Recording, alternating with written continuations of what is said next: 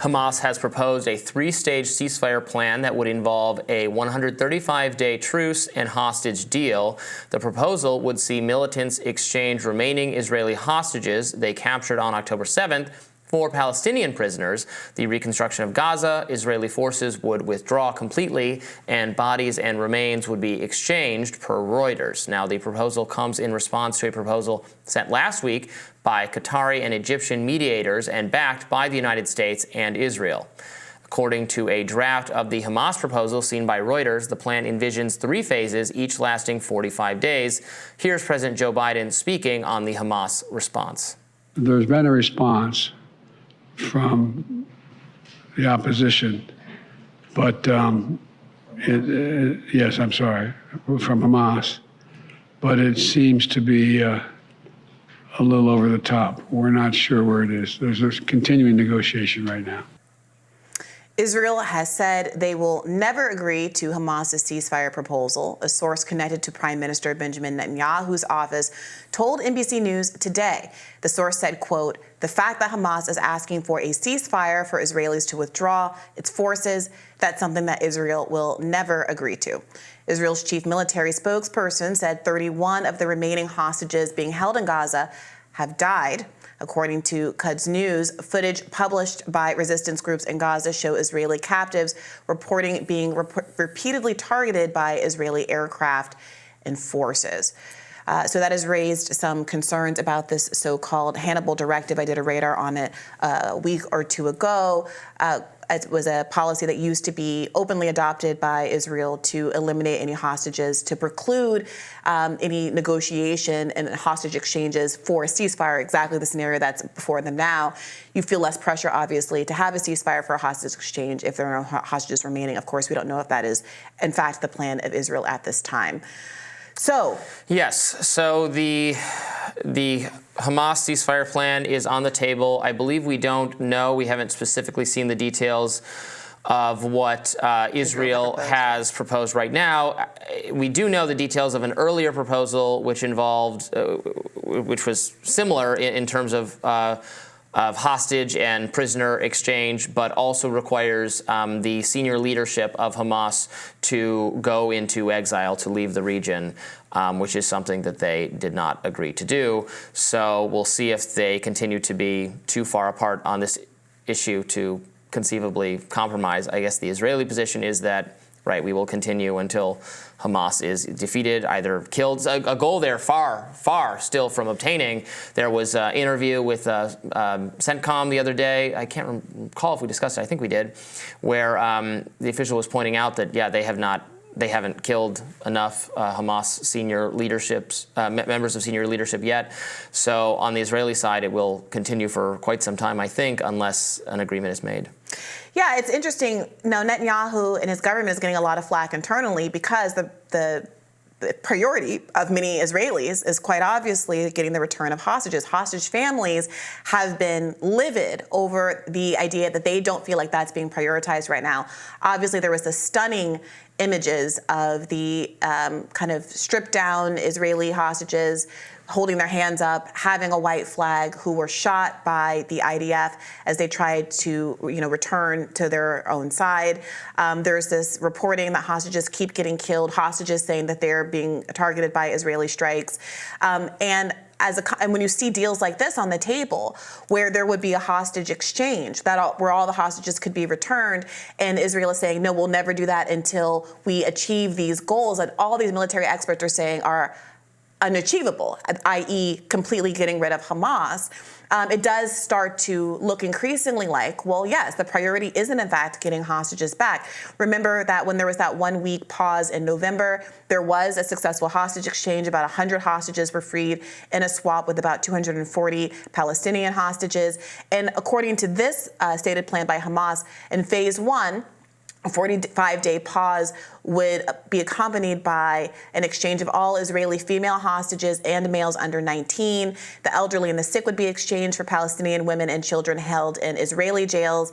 Israeli forces would withdraw from populated areas of Gaza, and the reconstruction of hospitals and refugee camps would begin.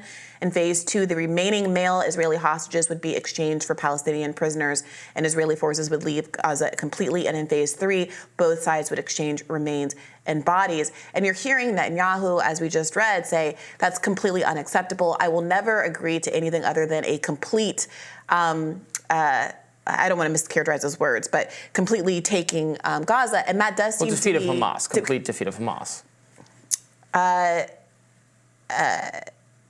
There was... Yeah, we'll go with that for now. I'm going to go back and read the actual quote, because it did align with what we were hearing out of that settlers conference last weekend, or the weekend before last, where there were, 14 members of the Israeli cabinet there. And they weren't just talking about defeating Hamas. They were very specifically talking about a new settler plan for Gaza, to resettle Gaza the way it had once been resettled, and to turn it into something akin to what's going on in the West Bank. And if you believe that that is the kind of the stated goal of at least the far right Israeli government that's in charge right now, you can see you can see that it's sort of in line with the massive destruction of buildings, 70% of all residential centers destroyed, every university in Gaza destroyed, the desecration of 16 cemeteries and the like. But if you think that is the goal, that should create more of an incentive for Hamas to surrender and go into exile, so that you can have the ceasefire and the peace before more of Gaza is destroyed, and then they're able to just take it and settle it because there's no one left alive. You said earlier that military experts saying the goal of defeating Hamas is unachievable. I think the real question is, can it be achieved realistically with U.S. support? Because I would think at some point, it hasn't happened yet, the U.S. would withdraw total support for what they're doing. Maybe that will never happen, or the public will to do this, or the international pressure. If they were literally going to kill every single person in the area, there would be tremendous pressure to stop that.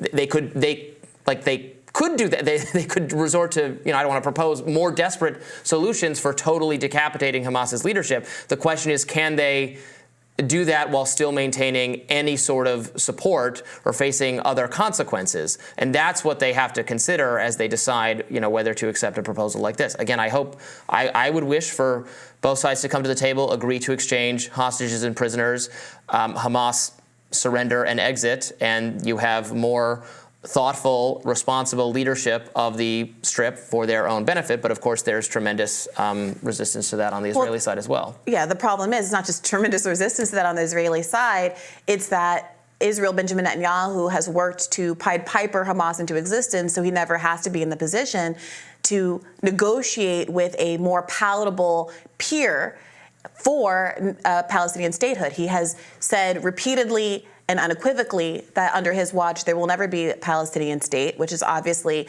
in conflict with Americans' own stated priorities and Joe Biden's stated priorities to have a two-state solution. And Biden also had wanted to try to bring in the PLO as a more reasonable leadership after this conflict is over to replace Hamas, and Benjamin Netanyahu has also been opposed to that. So the language that I was looking for before from Netanyahu that we read earlier was the fact that Hamas is asking for a ceasefire for Israelis to withdraw its forces. That's something that Israel will never agree to do. It will never agree to withdraw its forces, which does sound a lot like you're saying, I'm going to permanently settle. I think it means not withdraw our forces as long as Hamas remains in control of Gaza. Netanyahu is going to get his way as long as the terrorist organization remains the de facto government of the Strip, because he's going to continue this effort, and he's going to continue bombing, and he's going to continue having troops in. And the only way that's not going to be, and by default, eventually being able to engage in everything you're concerned about, the settling of the Strip, unless Hamas is defeated or surrenders prior to that. Well, Netanyahu is only going to get his way with the support of the American government. He cannot be enacting this war, arguably a genocide against Gaza, without U.S. weaponry and U.S. funding and diplomatic cover. As Jeffrey Sachs explained on the show yesterday in an interview, I highly recommend everybody go and watch, all but 4 countries voted for Palestinian statehood: the United States, Israel, and Micronesia, and another small island nation that apparently is bound to vote along with the United States in whatever it does. The global community is not confused about what justice looks like in the region, in the human rights that Palestinians have to have a state, to have the right to self-defense, to have autonomy, the ability to have an airport, ability to have an army, ability to use its own resources, fish in its own waters, etc. The barrier to that long-lasting peace and equality being achieved is truly Israel and its backing by the United States of America. So I think the pressure is, the reason that people are talking about this is, can there be internal pressure with the United States of America, because it's an election year, because Joe Biden ostensibly, I guess, wants to win, to finally get him to withdraw the diplomatic and financial cover that is enabling Israel to act against what the entire global community would like it to be doing in this moment and for the last almost 20 years of occupation. Sure. I mean, those Israel will say the problem is Hamas, which continued existence allows us to do this, and it will continue until they are defeated. Yeah, we know, surrendered. and they've been beating that drum, and as you see in all the polls and all the public backlash, it's just not persuasive anymore. People don't see 27 folks killed.